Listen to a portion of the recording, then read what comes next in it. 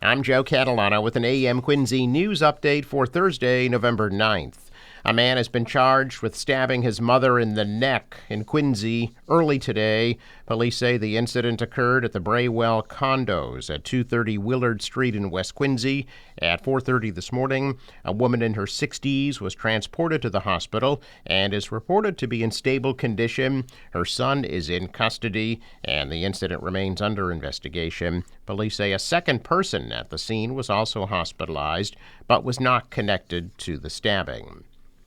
A Jamaica Plain man will be cited after a car he was driving struck a parked car and rolled over in Quincy early this morning. Police say 41-year-old Michael Hazard was not hurt when the Hertz rental car he was operating at 432 C Street struck a parked car and rolled over just before 1 a.m.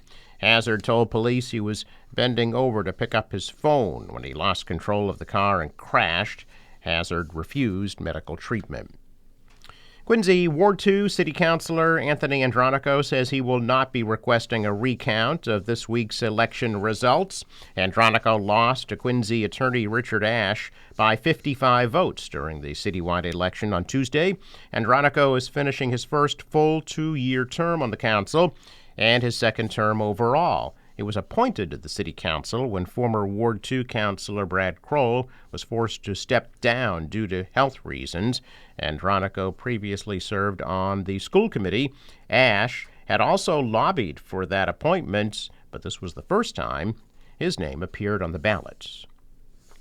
Lobbying has already begun for the next city council president in Quincy. Ward 3 councilor Ian Kane ran unopposed this year and says he's hoping to assume the council presidency during the next legislative session next year.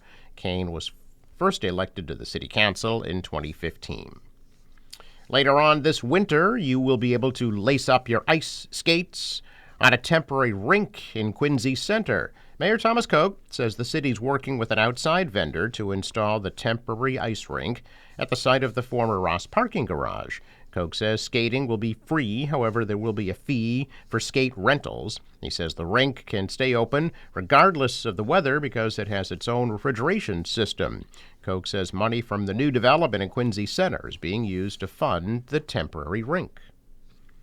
Quincy Mayor Thomas Koch asking the City Council to approve taking the IHOP restaurant property in Quincy Center by eminent domain. The request will be made during Monday's City Council meeting. The city wants the IHOP property to allow Atlantic Development of Hingham to construct a new apartment complex with ground floor retail space that may include a Trader Joe's grocery store.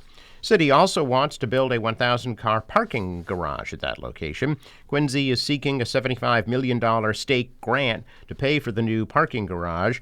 The IHOP property is owned by LBC Developers of Boston, which also owns the nearby Nova Suites apartments. The MBTA says it will soon remove all of the slow zones on the subway. The agency said General Manager Philip Eng and Chief Engineer Sam Zhao will present their plan to end the speed restrictions this morning at a meeting of the MBTA Board's Safety Subcommittee. No details of the plan have been released yet. Back in September, the T admitted it had added more new slow zones than they had fixed. The slow zones were put in across the system as far back as last winter by then interim General Manager Jeff Gonneville after potential safety issues were found on all major lines. The T said the slow zones have been needed to repair aging infrastructure caused by years of underfunding. With the Massachusetts emergency shelter system about to hit its limit, lawmakers are considering establishing one or more overflow sites for wait-listed migrant families. House Speaker Ron Mariano said yesterday that one location being looked at is the Heinz Convention Center in Boston. The number of families in emergency shelters in the state stands at 7,488. That's just 12 short of the limit that was expected to be hit this week.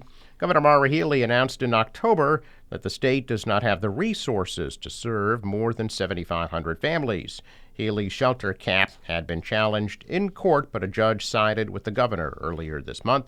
The House approved Healey's request of a $250 million boost to the shelter system. $50 million would go toward the proposed overflow shelter site, while $75 million would be designated for school district costs. Check of business news this morning. Stocks are mixed. The Dow is down 40 points. The Nasdaq rose 10. The S&P is up 4. Shares were mostly higher in Asia. The dollar's down. The euro is down. Oil is down too, $75 a barrel. Sports, the Celtics were downed by the Sixers, 106 to 103. The Celts will be back home tomorrow night at 7:30 against the Nets. Tonight at the Garden, the Bruins face off against the Islanders at 7. The forecast from the National Weather Service calling for some rain, maybe a little wet snow today, high 44 degrees. Clearing tonight, low of 34. Cloudy tomorrow, high 51. Sunny on Saturday, but a high of 48 degrees. Sunny 44 for Sunday. For the boater, waves about a foot. South wind 5 to 10 knots. High tide 8:18 a.m. Sunrise 6:26. Sets at 4:28. Traffic note: Fore River Bridge scheduled to open at 9 a.m. I'm Joe Catalano with an AM Quincy news update for Thursday, November 9th.